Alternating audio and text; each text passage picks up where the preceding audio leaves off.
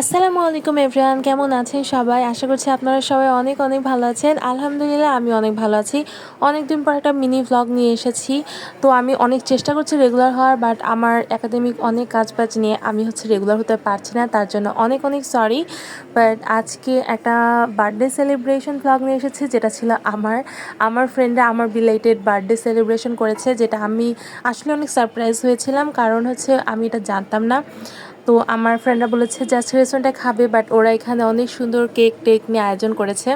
তো আমরা এসেছিলাম মিরপুর 12 রুফটপ রেস্টুরেন্ট, যেটা ছিল হাওয়া। এটা রেস্টুরেন্টটা এত সুন্দর ছিল। তো এটার ইনডোরও ছিল, আউটডোরও ছিল বসার জন্য। বাট আমার ফ্রেন্ডরা যে এখানে ক্যান্ডেল বা এটা যে জ্বালিয়েছিল, এটা ওদের ইনডোরে জ্বালানো যাবে না অফকোর্স, এই জন্য আমরা আউটডোরে বসেছিলাম। আউটডোরের ভিউটা অনেক সুন্দর ছিল। আর যেহেতু এখন শীতকাল, এত রোদ টোদ চোখে লাগে না, মানে গায়ে লাগে না আর কি। তো এখানে আমার ফ্রেন্ডরা আমার জন্য যে সারপ্রাইজ প্ল্যানটা করেছিল একদম সাকসেসফুল ছিল, কারণ আমি এটা আসলেই জানতাম না। তো যাই হোক, এখানে আমরা খাওয়া দাওয়া করেছিলাম।